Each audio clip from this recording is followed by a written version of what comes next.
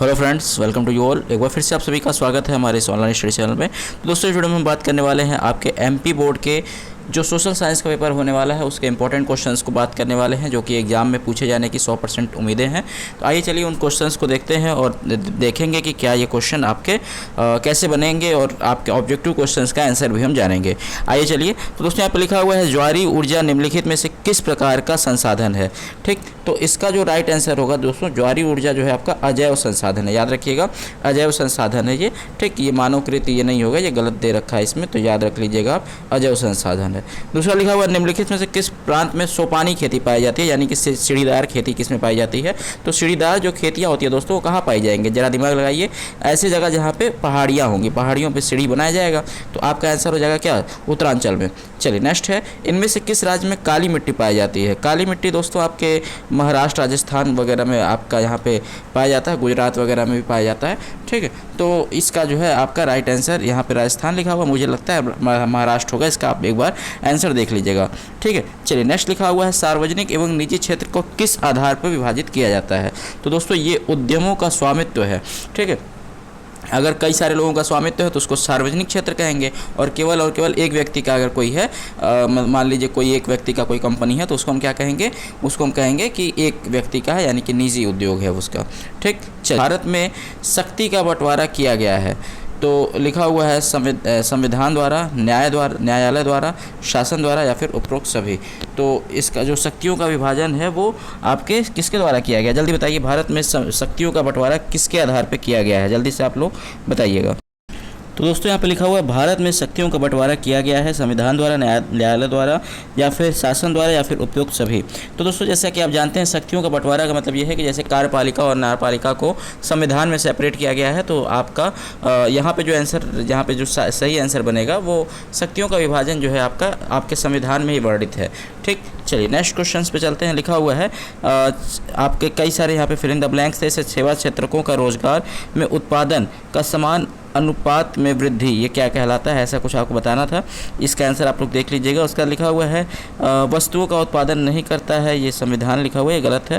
क्षेत्रक के समय वस्तुओं का आप लोग देख लीजिएगा। शोर किसके नापने की इकाई है, तो H2 लिखा हुआ है। आप सभी लोग इसका इन सब क्वेश्चन का आंसर देख लीजिएगा। आइए कुछ और क्वेश्चंस पे हम चलते हैं जो कि आपके इंपॉर्टेंट हैं और आ सकते हैं। ठीक, आइए। तो दोस्तों, यहाँ पे कुछ और क्वेश्चंस हम लेकर के आ गए हैं जो कि आपसे पूछे जा सकते हैं। आइए चलिए इन क्वेश्चंस को हम देखेंगे और इनको पढ़ने की कोशिश हम करेंगे। तो आइए चलिए, यहाँ पे कुछ क्वेश्चंस लिखे हुए हैं, इनको हम देखते हैं जल्दी से। तो जैसा कि सब दोस्तों आपकी स्क्रीन पे आपको पहला क्वेश्चन दिख रहा होगा, ये क्वेश्चन आपसे पूछा जा रहा है। आइए चलिए देखते हैं। ठीक है, ये पूछा गया है कि लौह अयस्क किस प्रकार का संसाधन है। 4 ऑप्शन दिए हुए हैं, नवीनीकरण या फिर आपका नवीकरण, प्रवाह, जैव या फिर अनवीकरण। तो इसका राइट आंसर अनवीकरण योग्य हो जाएगा। ठीक, नेक्स्ट क्वेश्चन आपसे लिखा हुआ है ज्वारीय ऊर्जा निम्नलिखित में से किस प्रकार का संसाधन है। पुनः पूर्ति योग्य, अजैव, मानवकृत या फिर अचक्रिय। तो दोस्तों, अजैव मैंने अभी आपको पेपर में जस्ट बताया, अजैव संसाधन है, अजैव इसका राइट आंसर हो जाएगा। ज्वारीय ऊर्जा किस प्रकार का संसाधन है, तो अजैव। पंजाब में भूमि निम्नीकरण का निम्नलिखित में से मुख्य कारण क्या है। तो दोस्तों, ये लिखा हुआ है कि क्यों पंजाब में नीची खेतियां हैं। ठीक है, गहन, अधिक सिंचाई या फिर वनोन्मूलन या फिर अति पशुचरण। तो इसका हो जाएगा अधिक सिंचाई, बहुत ज़्यादा सिंचाई होती है, इस कारण से वहाँ पे नीचे हैं।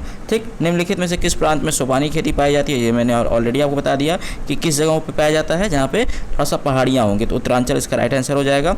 उसका लिखा हुआ किस राज्य में काली मृदा पाई जाती है। तो मैंने आपको बताया था दोस्तों, काली मृदा गुजरात के साइड में पाया जाता है, तो इसका राइट आंसर गुजरात हो जाएगा। निम्नलिखित प्रश्नों के लगभग 30 शब्दों में उत्तर देना है आपको। जैसे लिखा हुआ है 3 राज्यों के नाम बताइए जहाँ पे काली मृदाएं पाई जाती हैं, इस पर मुख्य कौन सी फसलें उगाई जाती हैं।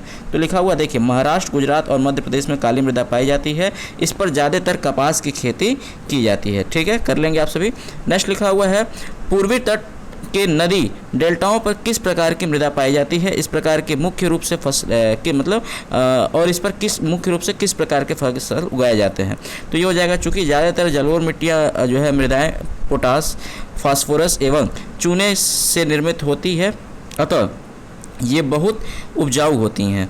इस मृदा में रेत, सिल्ट एवं मृत्तिका अलग अलग अनुपातों में पाए जाते हैं। बहुत उपजाऊ होने के कारण इस मृदाओं पर सामान्यतः गहन कृषि होती है। समझ में आ रही है, गहन कृषि होती है, ऐसा आप लिख सकते हैं।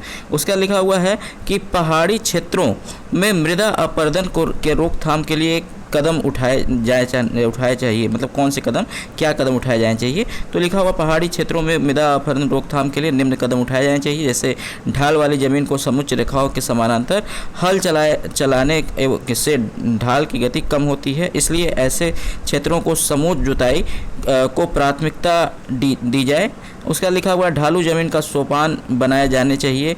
फसलों के मध्य घास की पट्टियाँ उगाकर मृदा अपक्षयन कम किया जाना चाहिए, जिससे पट्टी कृषि जिसे पट्टी कृषि कहते हैं, मतलब इसको पट्टी कृषि कहते हैं। जैसे आप जानते हैं कि उसको फलों के बीच में बनाया जाता है, ठीक है, मतलब जैसे कि खेती के बीच बीच में आपको जो है लगा देना है, क्या घासेस लगा देनी है, यही आपको बताया जा रहा है। और भी यहाँ पे कई सारे क्वेश्चंस लिखे हुए हैं, जैसे कि जैव और संसाधन क्या होता है बताइए, कुछ उदाहरण सहित बताइए। तो जैव संसाधन लिखा हुआ है कि जैव संसाधन पूछा हुआ था, तो वह संसाधन जो जैव मंडल से उत्पन्न होते हैं उसे जैव संसाधन कहलाते हैं। इसमें जीवन पाया जाता है, जैसे मानव, वनस्पति जगत, मत्स्य जीवन आदि, ये सब जो है आपके जैव संसाधन है। अजैव संसाधन आपके जैव और अजैव पूछा हुआ था, यहाँ पे अजैव छूट गया है, तो ध्यान दे लीजिएगा, ठीक। अजैव संसाधन में आपका जो है जो निर्जीव वस्तुओं से निर्मित होता है उसको हम क्या कहते हैं, अजैव संसाधन कहते हैं, जैसे जल हो गया, पवन हो गया, जीवाश्म हो गया इत्यादि, ठीक। उसका 120 शब्दों के थे, आप इसको देख लीजिए, अपने बुक में आंसर देख लीजिएगा। भारत की भूमि पर उपयोग प्रारूप का वर्णन करें। उसके बाद वर्षा 1960 से 61 में वनों के अंतर्गत क्षेत्र महत्वपूर्ण वृद्धि नहीं हुई, इसका क्या कारण था, ये सब आपको बताना है। तो आप लोग इसका आंसर देख लीजिएगा और इसके आंसर्स को आप नोट करके आइएगा, ठीक है। धन्यवाद।